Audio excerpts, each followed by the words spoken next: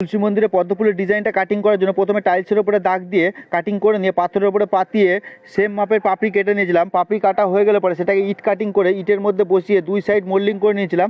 Moulding করা হয়ে গেলে পরে যেইখানে তুলসী মন্দিরে বসবে পাপড়িগুলো সেই জায়গাটা চারি সাইডে কেটে নিয়ে ফ্লেক্স কুইক আঠা দিয়ে হোয়াইট সিমেন্ট দিয়ে একটা একটা করে পাপড়ি ধরে শক্ত করে সেটিং করে দেওয়ার পরে একটা রাউন্ড গোল করে কেটে মিডিলটা কেটে নিয়ে সাইডটাকে রাউন্ডের সাইডটাকে কেটে ওর উপরে হোয়াইট সিমেন্ট দিয়ে সেট করে দিয়েছিলাম।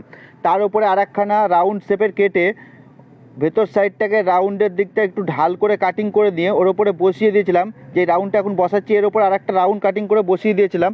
এর উপরে সেকেন্ড লেয়ারের পাপড়িটা বসবে। তো সেকেন্ড লেয়ারের পাপড়িটা আমি একটুখানি ছোটো দিয়েছিলাম।